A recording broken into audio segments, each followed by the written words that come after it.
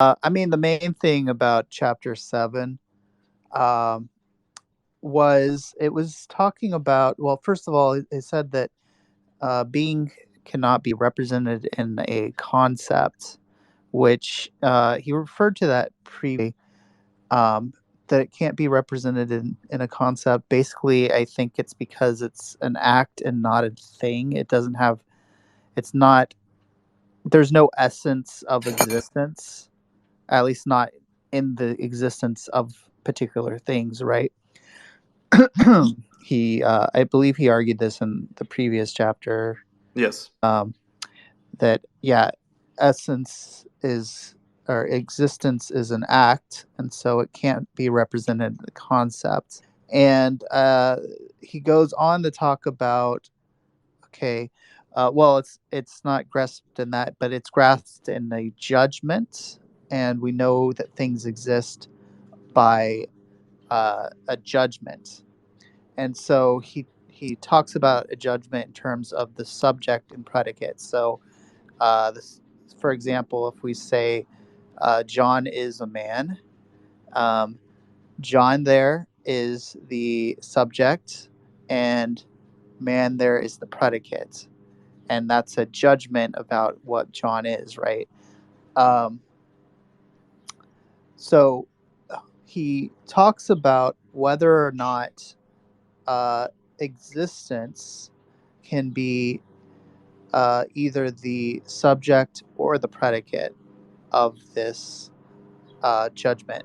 And uh, honestly, this chapter was kind of difficult for me to uh, like the reasoning kind of went by really fast, and I don't think I could like repeat the actual reasons he had for it. I don't know if you can. I know you. It was a while ago that you read about it. Um, but yeah, I don't know if I can really repeat that the reasoning, but I can say what he ultimately determined is that it was the subject or the predicate, but it's the copula or the fact that uh, or the is right between the subject and present. Or he also says that it's the verb to be, um, and so yeah, so that's his conclusion. One of the reasons I remember that he gave was that if it were the predicate, then let's say John uh, is existing, for example. What he says is that, okay, well, it can't be John is existing is kind of redundant because you can just say John is, right? So if you say John is existing, that's kind of repeating yourself, and it's unnecessary. Um, and if you were, I think it also talks about like, okay, well, if you were just to say, John is a man, and man in this case predicates existence to John, then man itself would be sort of, I guess, include existence, and that doesn't make sense either. Um, so, but yeah, that's about as far as I can go on that. I think you could probably do a deeper analysis of that and get a lot more out of it. But that's about what I got out of it. Yeah, I mean that's chapter 7 and also chapter 6 go hand in hand together. Chapter 6 being on the grammar of existence. Like it's if you take out those chapters together as to how is it that we signify existence in a judgment, it gives you an overall view of like the understanding things at least on a linguistic level, and how it's related as and when we make judgments in general, and also like an endeavor in metaphysics too. So yeah, that's yeah, so this chapter on its own, it's kind of hard to consider it. You have to take it with the previous chapter to it. So yeah, but the key thing is that like yes, existence is, and when it comes to judgment, existence is signified in the verb to be, which is where we use the within the sentence is and all that. That's kind of like, yeah, the main point. And to try like to reduce it to either the subject or the predicate of a judgment, it will lead to ease and like lead to understanding language that's very superfluous, if anything. Yeah. Yeah, so you guys can go back to the chapter if you want to go over the reasons for that. There are a lot of reasons that he gives for those. Um, but I like to move on to chapter 8, which is my favorite chapter, um, where it basically goes into the copy theory of knowledge. And the copy theory of knowledge is basically this idea that whenever we know something, um, the thing that we know becomes a part of our mind, or like we get an image of the thing inside of our minds. And there's two objections that he presents to this, and one is that the external world would then be unnecessary, and this is one that idealists present, because like if we have this copy of mind, then and that's what we know directly, then the external world is sort of like an unnecessary additional thing.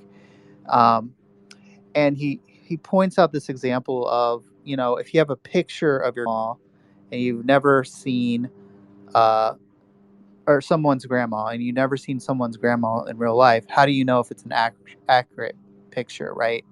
You have to actually see the grandma it's directly in order to know that the picture of the grandma is like an accurate representation of the grandma, right?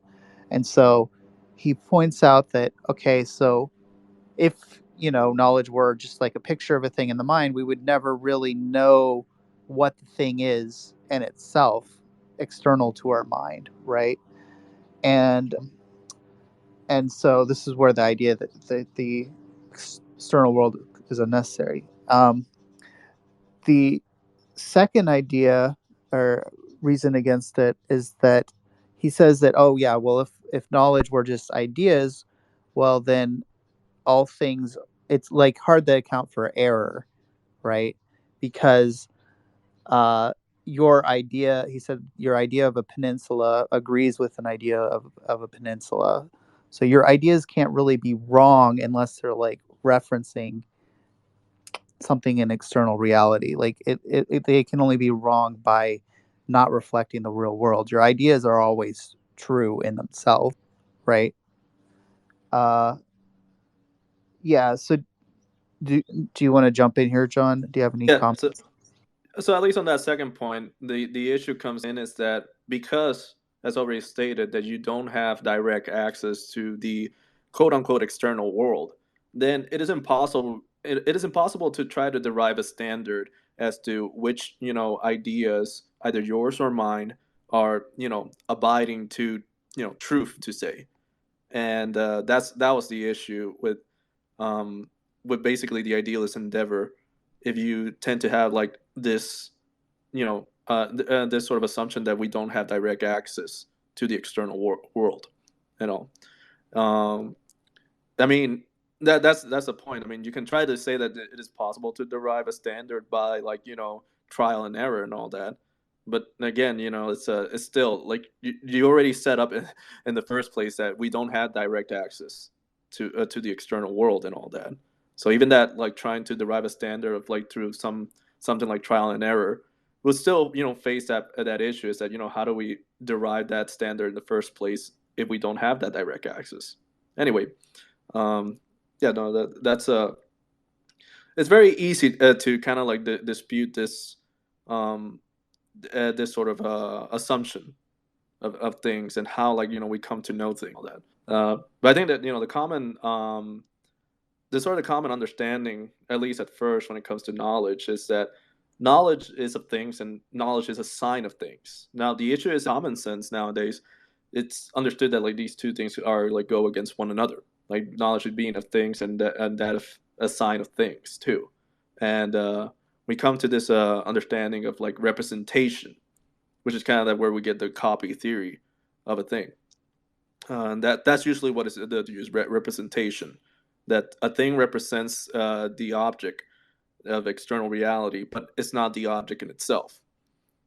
But the in sort of like the non-idealist, in the non-idealist endeavor, that of like the Thomistic or metaphysical realist, there is still an understanding of what of a representation, and this is where we get into very just kind of like trying to wind out the definitions exactly as what we mean by using these terms around and all that. And I think we can get here from understanding what knowledge and representation means in the metaphysical realist tradition.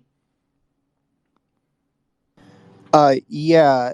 So something. So basically, he rejects the copy theory of knowledge, saying that you can't actually get to knowledge this way, and it leads to incoherencies.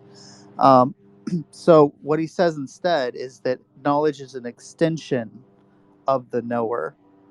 So it's the knower is going beyond itself, kind of stretching beyond itself and grasping the thing in the external world and sort of intentional way. And so the thing known doesn't really become a part of you. You kind of become the thing known intentionally. It external to you. The thing is external to you, and you grasp it external to you. Um, and so, because of this, he points out that knowledge is a restriction, or sorry, a lack of restriction. And then he points out because you're going beyond yourself and grasping something beyond yourself and becoming that thing in a way. And so he points out something that's very important, is that matter is inside the Thomistic view is the principle of restriction.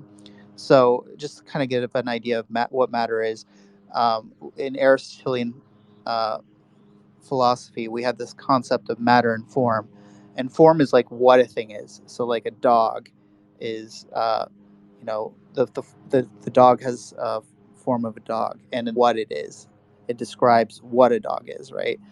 And matter is what makes that form particular to a particular dog. Okay, so I used to have a dog named Sally. My dog Sally uh, had the form of a dog in a particular way in one particular location, limited to that location. And so uh, Sally's form was restricted to a particular place by the form. And so he concludes from this, since knowledge isn't like that. It's not limited to a particular place in a particular form. It's immaterial. It's in inverse relation or reverse relationship to the material. So that's very important because it explains why the soul is immaterial, for example. Yeah. And do you have something to say on that? Well, yeah, I guess another way of saying, describing matter in the alien sense is that matter is what individuates a thing, a form into a particular thing. Would that be correct? Yeah, that's right. Yeah. So it is I guess, and correct me on this, it can be said to be the principle of individuation and all that. Because Right. the dog example is that like the dog does, participate in the form of dog, but that particular dog does not like contain dogness by itself and all that. Because you see other dogs around and all that, which also participate in that in the form of dog. So like that Yeah. matter will be that principle in which it individuates a dog into this particular dog and have a sort of a sense of plurality of the other dogs and all that. Yeah, would that be a correct way of putting it? Understanding the in the Aristotelian sense, what matter is. Yeah, I think so. um, yeah, and if you think about, I like to think about it like exist or sorry, form kind of extends across all dogs. it's it's possessed by all dogs. All dogs have dog form, and they're all the same. They all possess the same kind of form. And so, whenever we're thinking about knowledge, knowledge is kind of similar. We are extending beyond ourselves to really all dogs whenever we know what a dog is, right? And also the particular dog that we're thinking about at the time. Um, and so, yeah, but the key there is that, knowledge has to be uh, immaterial because of its lack of restriction. It's not limited to just one particular being because we reach beyond ourselves, our individuated selves to other things.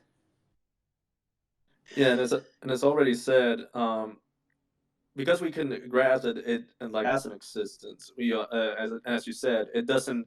We also understand that knowledge doesn't like have a physical existence on its own. So like at this point, we get into a very peculiar form of existence, which is that of the intentional existence. Because when you come to know things, that's the knower becomes the known, and that's where that is what we call intention.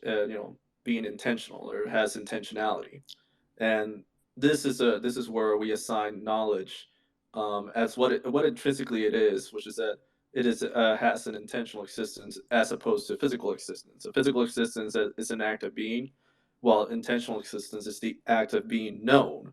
Is an act that is thoroughly relational, and that's a very key thing. That the copy theory basically says that this particular representation has like static existence on its own in your mind and all that.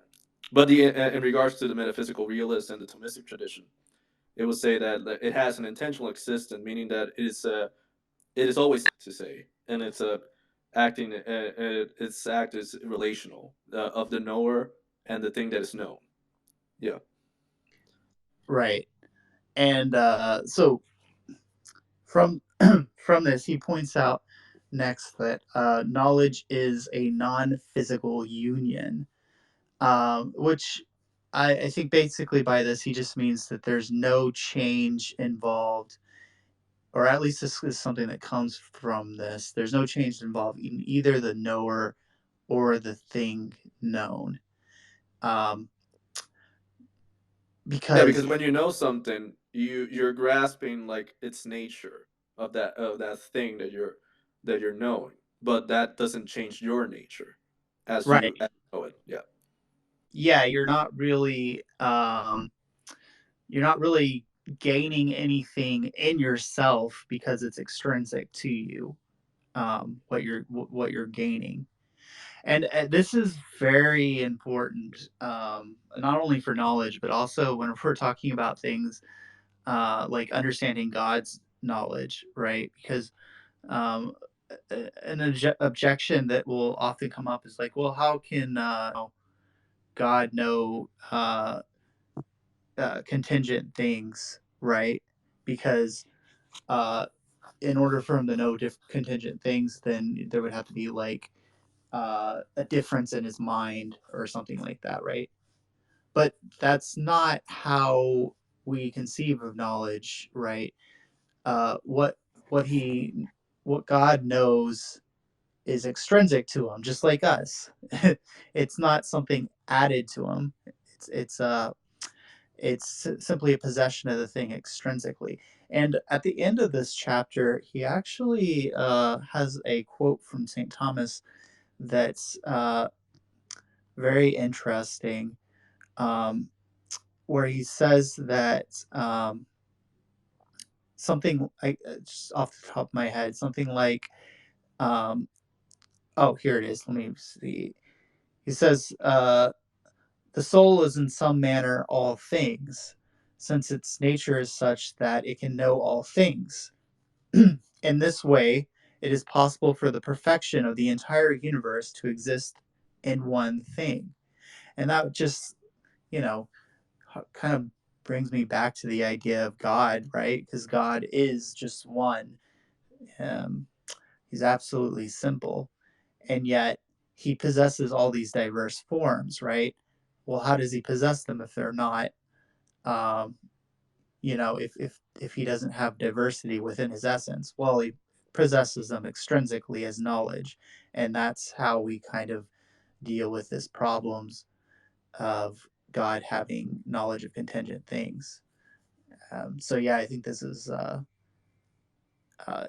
the implications.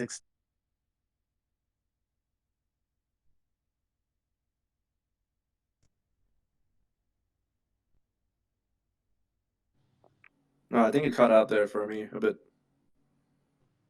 Oh, okay. Uh, where did I cut out? Just in the last like 10 seconds. Oh, okay. Well, I was just saying it was that. Yeah, just God's because of the implications that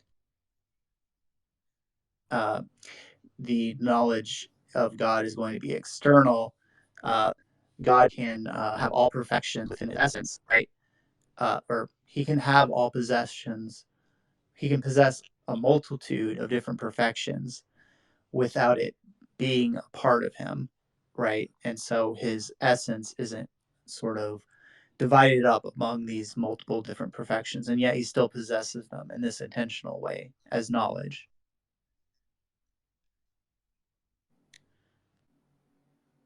Yeah, and we can get a bit much more into it as alongside understanding like the simplicity of God and there was also like very specific articles in the Summa that touches upon this too. So like yeah, and now that we understand exactly what kind of like knowledge is in an intrinsic sense or intrinsic manner, I guess.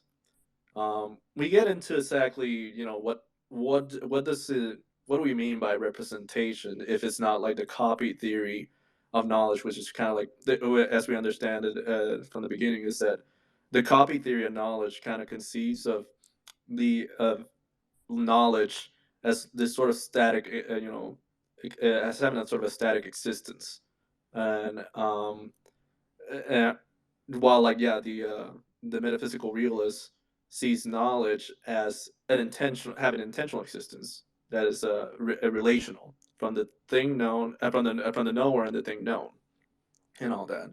So yeah, so representation will correspond to that to that of intentional existence and all.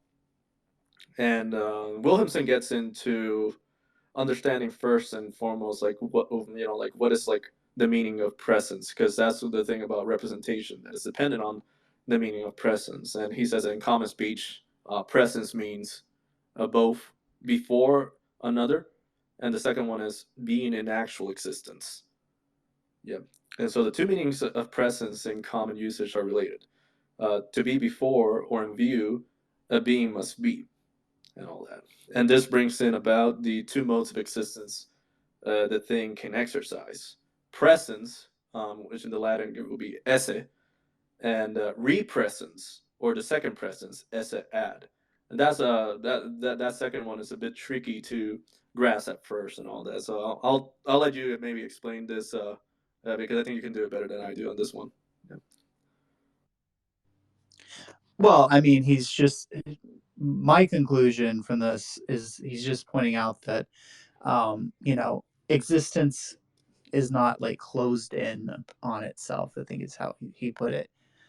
Existence is um, involves a presence to another thing. I mean, this is a type of existence, at least. It's not static, but it's dynamic, and it's how we know that things exist, right? Because they're present to us, and we sense them, and we can determine from that things about them. Um, so yeah, so he calls it a new way of existing, which I think is interesting. Um, but I lost my train of thought. let's see. Um, oh yeah, I was gonna say this is actually kind of related to um, Saint Thomas Aquinas's principle of the good, that the good is kind of self-diffusive, right? And since Saint Thomas thinks that that being and the good reference sort of the same thing, or perfection and the good reference being, and so being is the good as desirable, or the good is being as desirable, right?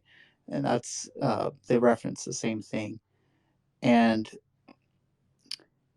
yeah, so that's just another way of talking about being, that it's self-diffusive, and which is the same as good. It shares of itself to other things. Yeah, so that's basically all I got from that part. The other thing that he says that I think is important is that existence is not a thing, which is exactly fits in with what we were saying, because if it were a thing, it would be just like a copy, right? If it were a thing of itself, rather it's just the possession of the thing, and um, it's it's an act. It's not a. It doesn't have an. It's not a. There's no essence of existence. There's just an act of an existence, and yeah. So I think this is. I think this is where I would get into the chapter 9. Do you have anything else you want to say about chapter 8 before I do that? I think you know, I think we can still talk about what representation means, because this is actually one of the trickiest parts of the chapter, Oh like yeah, trying to get yeah. like understanding fully like what representation means, as to avoid like the understanding representation forward by idealists, because like I said before, like the copy theory is usually what people think when they think about representation, when they think that like knowledge, when they think about it as like this sort of static thing that exists in your mind and all that. Well, like Well, like yeah, he it's talks really hard. about the ambassador sort of sense, like Yeah. where somebody, an ambassador goes and represents a country, right? Um, but and it also talks about, you know, whenever we talk about signs, right? There are real signs like sounds. Right. A sound can represent a thing that we're talking about, which, right? It can represent, let's say, for example, we can say the word beach, and that represents the beach.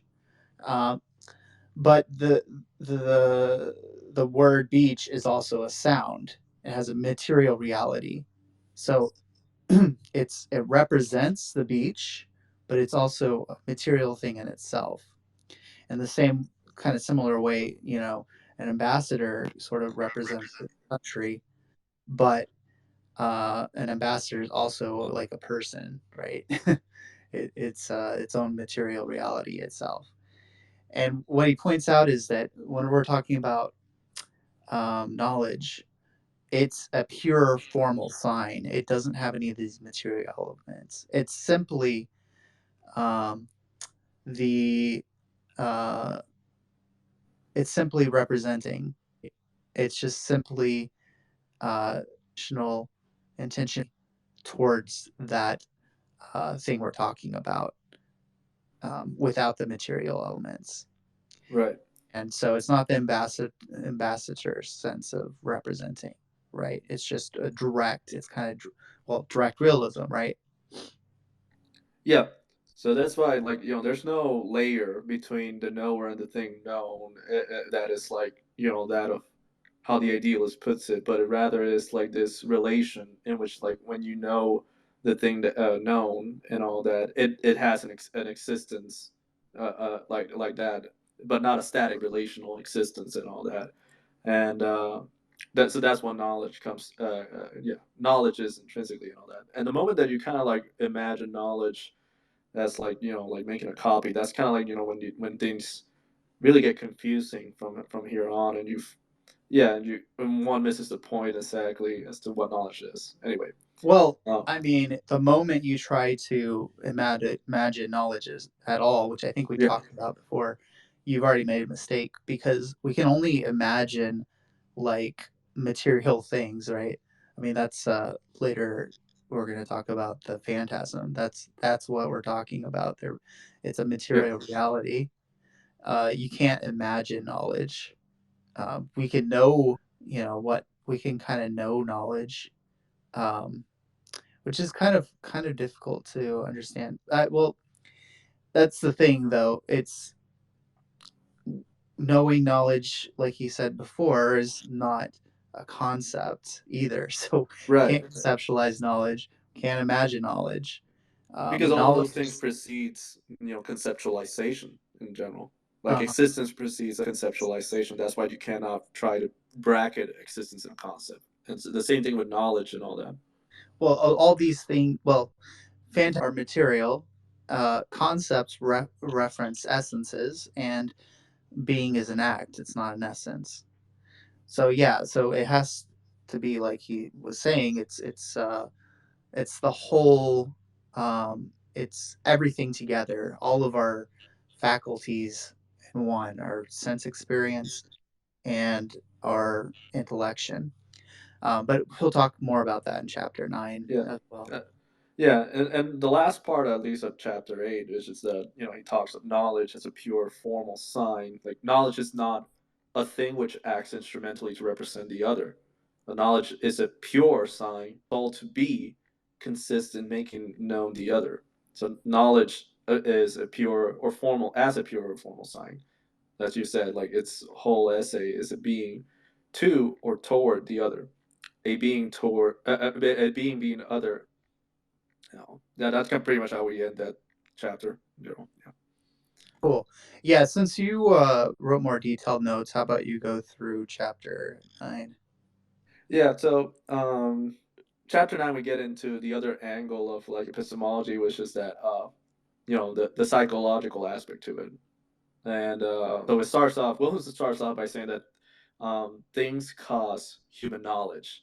Like knowledge is not just purely like a particular act of the intellect, and that's it. I mean, there is something that that causes knowledge in the intellect and all that, which he'll get into detail later and all that. But before getting into you know into the psychology of knowledge, he talks about one of the sort of the common, at least it was like a common understanding of like of knowledge was this occasionalism, that God causes me to know. Therefore, if nothing existed but God and me, God could cause me to know that which is not. And Williamson brings in like a very quick objection to this, which is that if like knowledge is of being, and to make me know non-being, things that don't exist, is to turn knowledge into not knowledge. In short, to violate the principle of contradiction and all that. So like the problem with the occasionalist is that it kind of assumes that God gives you knowledge of things that don't exist in the first place, and that brings in like a huge contradiction in how we come to know things, or even knowledge itself and all that, because knowledge is of the things known. It's knowledge is part of being. So like it has to be about things that exist. Yeah, that's the first part. Do you have anything to add on that one? Well, yeah, not really, but I mean, something basically the way I understood it is, yeah. So if occasionalism were true, then kind of the existence of things would kind of be irrelevant, right? Because we would know things because the what he was presenting was this idea that we know things directly from God, and God kind of infuses in us what things are, right? And if that were the case, then the existence of things would be irrelevant because God could just directly give us knowledge of things without those things existing, right? Um, and so yeah, so it's kind of a odd way of going about it. But yeah, that's all I got on that. Yeah. Now the part after that, intentionality and relation, it gets into say that knowledge not it's not merely the instrumental existence of an essence. Like such a position is exposed to attacks by both occasionalism and idealism. And this is even sort of like a misunderstanding of like knowledge just being purely, within just the intellect. While like the point is that knowledge is of both the knower and knowing the thing. So like yeah, there's a the you can't abstract away either the know or the thing when talking about like knowledge or in this case like thought and all that that comes into relation on this sort of intentional in this sort of intentional existence of knowledge. So Yeah, like yeah. and he says that well, he says that, okay, well, the idealist can still be like, okay, fine, knowledge is like an act of the existing thing, but how do you know that that act is presented truly within inside of our minds, right? How do you know that the action presents in our mind the way that it truly is in itself?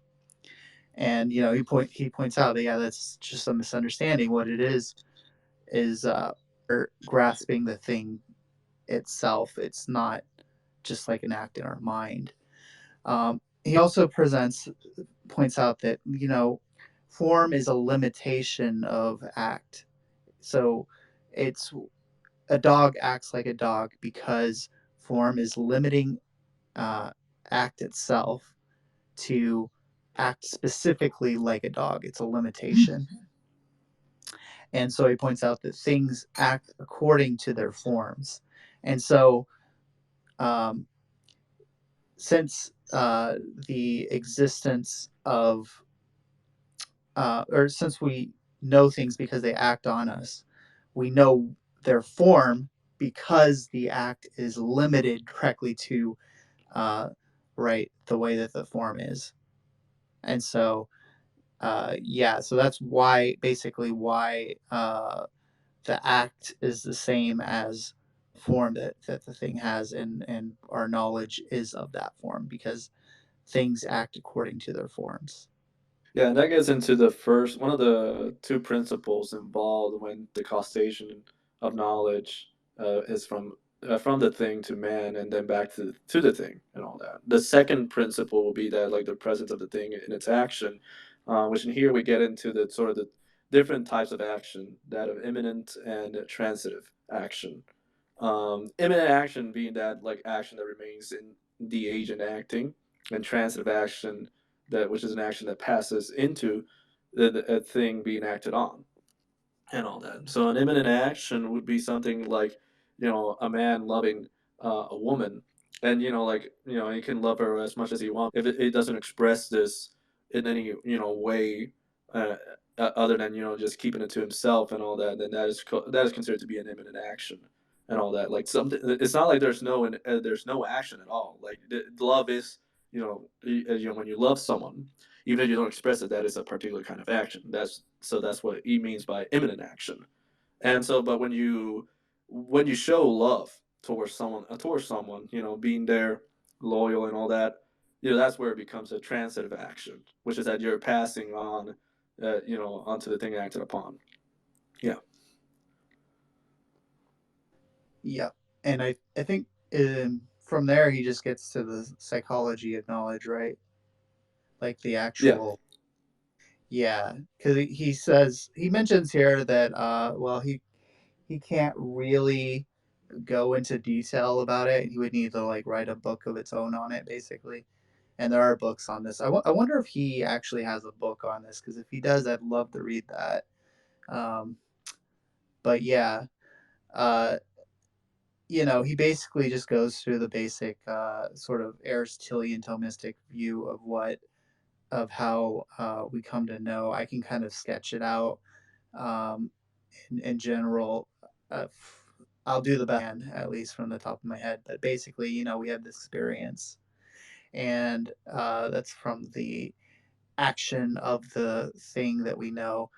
That sense experience enters into us in a material way, and existing way, in a formal way, and that uh, is kind of presented to us in the form of a phantasm. And the phantasm is, I think it's kind of just like this, identical to like what we think of whenever we think of imagining things. It's kind of like just like an image of the thing, right? Um, it's what, whenever you think, or whenever you, um, yeah, whenever you imagine what a dog looks like, I guess, sort of, that's sort of what the phantasm is. I think that's right. I'm not 100% sure. And then from there, you have to have something that universalizes that individuated material thing, right? Because matter's restricted, so the phantasm is restricted to the particular dog that we're talking about. If you have an image of a dog, right? And so you need something to universalize it. And this is something that's interesting that I've been kind of studying. Is that uh, you need what he mentions, that you need an intellect to kind of abstract it. The reason for it has to be active and not just merely passive is because the material form only has, or sorry, the phantasm only has the dog, the dog's form as limited to this particular dog. And so you have to kind of restore the universality of the dogness, right? And for that, you need some sort of activity that takes it, removes it from matter, and stretches it out and universalizes it. And that has to be an active thing rather than just merely a passive thing. So you need this active intellect to act on the phantasm, bring out the universal form, and then that's where you get what's called the intelligible species. And I believe the intelligible species, I could be wrong, but I believe it's the same as the concept. And that's basically just the way I think about it. It's what the directs the intellect intentionally towards the thing known. And that's kind of where the intentionality flows from, right? Uh, does that sound right, John? Yeah, what I have written down is that the intelligible species puts the intellect into act so that it can operate, and it specifies this act by presenting the thing to the intellect. Yeah. So and then goes on to say that the intellect operates and thus knows the thing, becomes the thing intentionally. Yeah. Right.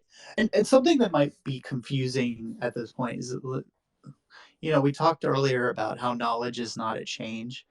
And it might be confusing, like, okay, what we're just talking about a bunch of things that are changing right here, right? And he notes inside of the previous chapter that uh, yeah, there's change involved inside the psychology of knowing, right? But the knowing itself is not a change. The knowing itself is the intentionality that's coming from the concept, which is at the end of all of these changes, right? And this is something that's very important again for the idea of God, right? Yeah. Because so if you God, or let's think about the form, the concept first. The concept is limited, form of the dog basically, and it's limited. It's or maybe it's not well, maybe it's not the form of the dog, but it is like limited in the same way, right? It's limited to the form of the dog, and that's why the activity of the mind is directed specifically to the dog, right? Well, if you think about God, God is unlimited. He sort of has this activity towards all limited, or all limited actuality in an unlimited way, right?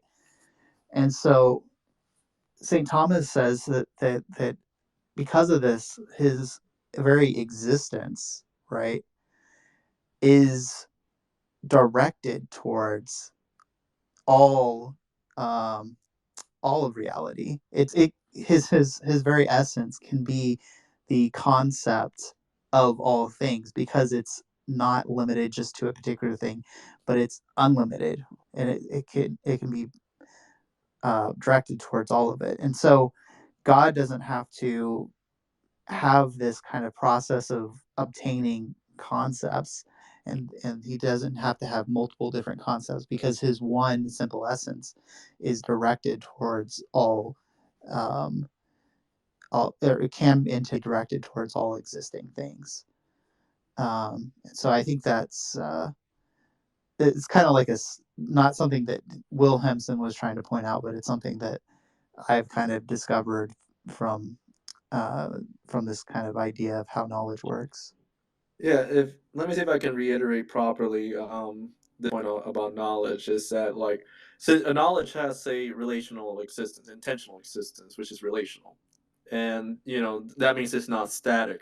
But the thing is that you know when we come to know a thing, the thing known, yeah, doesn't change and all that. When what we come to know about the thing is its nature, its essence, and all that, and that is at least what we can say that let me see, for lack of a better term, component of it that it's like not changing the essence of the thing and all that. Even though the how we come to know things and all that is not is an act and all that.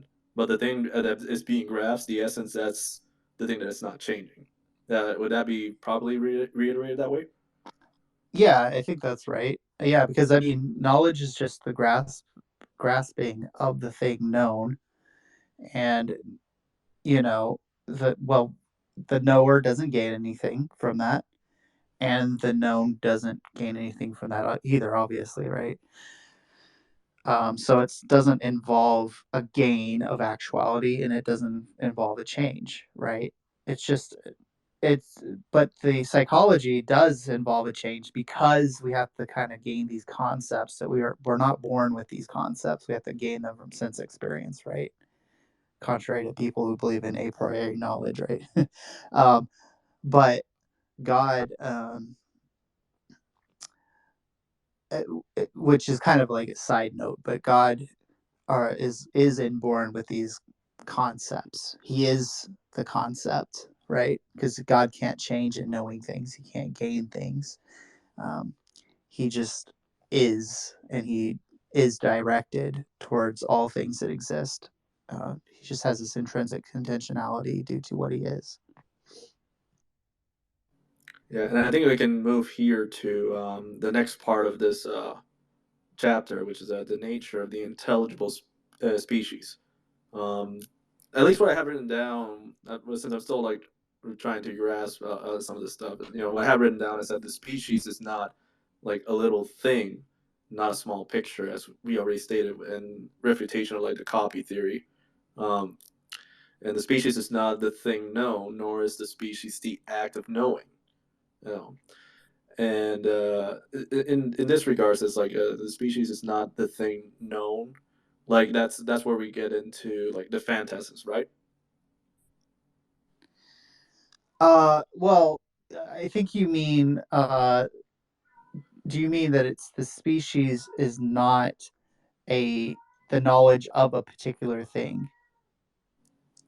Is that what you mean? Because this, like I said, the species basically, I think what it does is it directs us towards the form of the thing, right?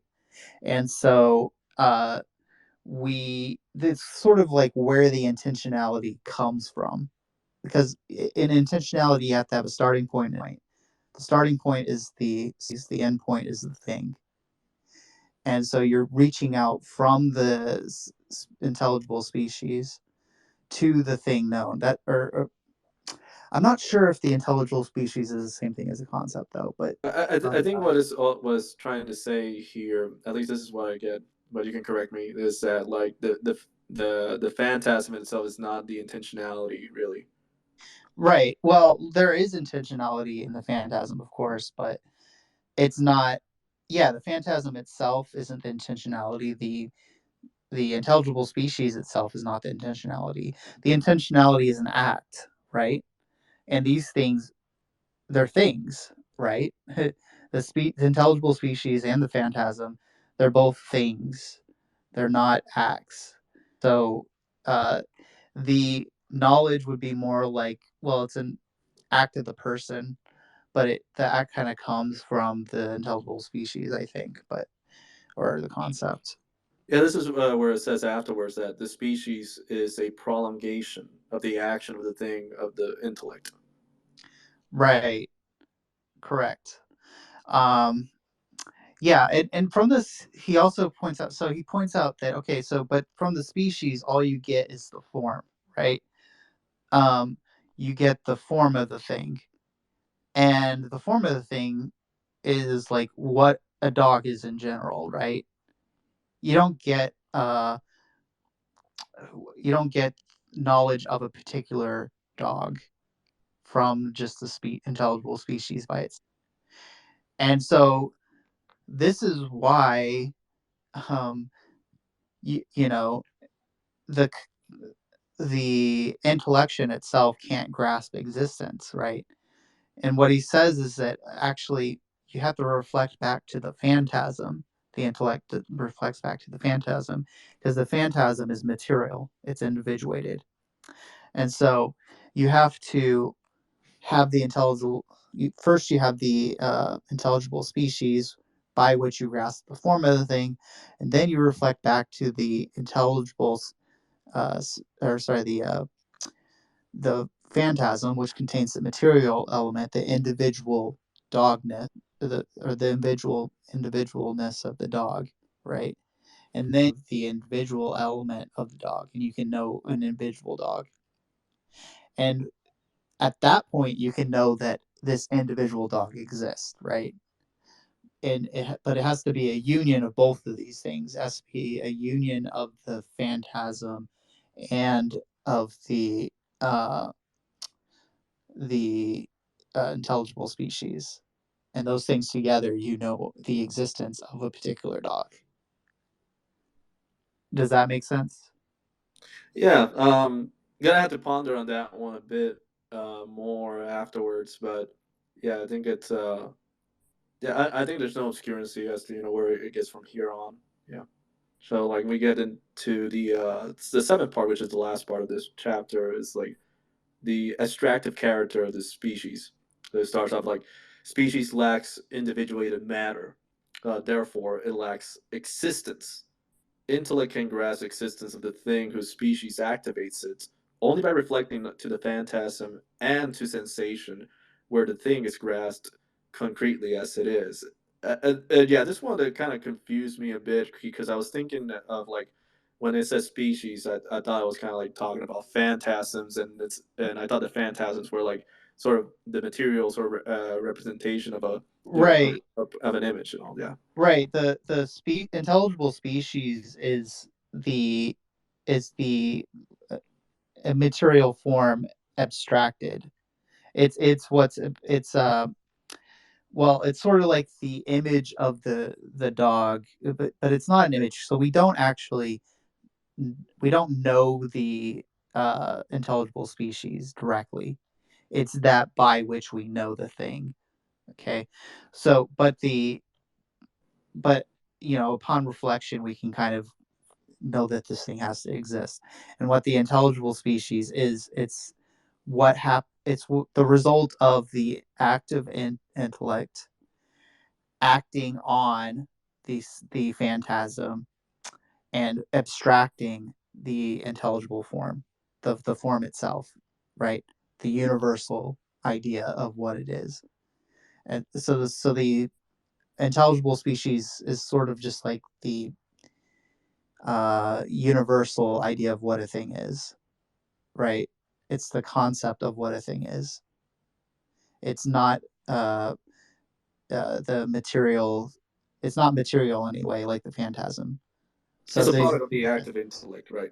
Yeah. yeah, yeah, right. Yeah. Yeah, that one, going a bit back on that one is I'm trying to see this the passivity of the intellect is when, like, the it comes into contact with a, an object per se, and like the intellect is grasping that particular object. Um, and when you get into like grasping the universality of that object, that's where you have the active intellect come in, right? Yeah, like I said earlier, because the universality of the or of the dogness, right? It's limited inside of a material thing, and I mean, this is the whole problem of induction, right? Like, how do you get from particulars to universals? Well, if you follow like Hume, right, he's going to say that's not really possible. And I think this is that I need to look into more as well, because I'd like to make a video on this. But I think St. Thomas also agrees that, yeah, you can't really go directly from particulars to universals, because, particulars, um, they're limited.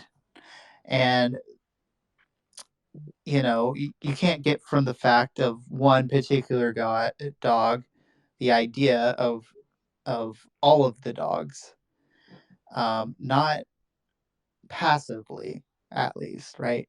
And so he Right. says that you need this additional thing that uh, adds to it. It we don't know how it works. Um, what's Eleanor Stump has a good video on this actually, and she just points out that but he knows how this works. So he gives an example. It's kind of interesting of a man who has a problem with his mind, where he's not really able to get the universal form. It's a man who, like, I think the name of the story is a man who confused his wife for a hat, and basically he had this problem, brain damage, where he was able to get to the phantasms, but he wasn't really able to get the universal form of them, and so he could like describe the material reality of things. Like an example they gave was he could describe the a glove that had five kind of pouches that from an air from the glove, and but he would conclude, oh well, this is a coin purse, or he would mistake these different. Uh, he would be able to describe the material reality, but he wasn't able to grasp the form, basically. And so we know there's this ability of the mind to go from these particular kind of material realities to the universals. But we just don't really know how it works exactly, or what part of the brain is involved in that activity or whatever. But in any case, yeah, the summary point is just that the intellect has to add and act and to get from particulars to universals. Yeah, and I think the error in Hume is by not considering these, properties of how the intellect works and all that. Like fundamentally, I think that's where you get into that problem of it, or at least into key problem into it. Yeah. Well, he doesn't consider the possibility of abstraction, which he should have known about, because, like, Aristotle was thousands of years before him, or at least 1,000 years. But anyway, the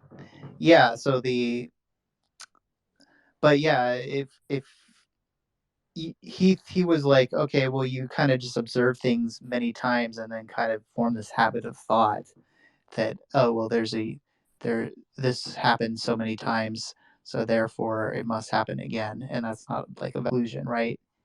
Because something just because the sun rose has always risen in the past, right, doesn't mean that it's going to rise tomorrow, not necessarily, right?